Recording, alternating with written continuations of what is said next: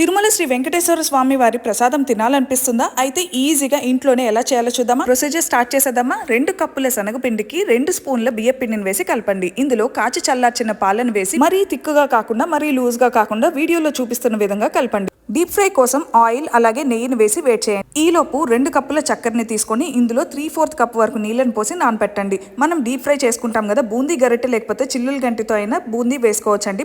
పూసగా వేసుకోవచ్చు. ముందుగానే చక్కెరలో నీళ్లు వేసాం కాబట్టి చక్కెర ఆల్మోస్ట్ కరిగిపోయి ఉంటుందండి. తీగ పాకం వచ్చేంత వరకు ఉంచి ముందుగా తయారు చేసి పెట్టుకున్న బూందీని సగం వేయండి.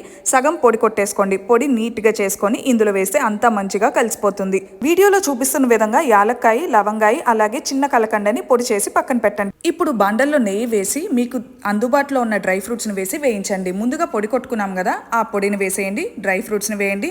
చిటికెడు పచ్చకర్పూరంని వేసి కొంచెం నెయ్యి వేసి మొత్తం ఒక్కసారి బాగా కలిపి లాస్ట్లో లడ్డు చుట్టేసుకోవడమే.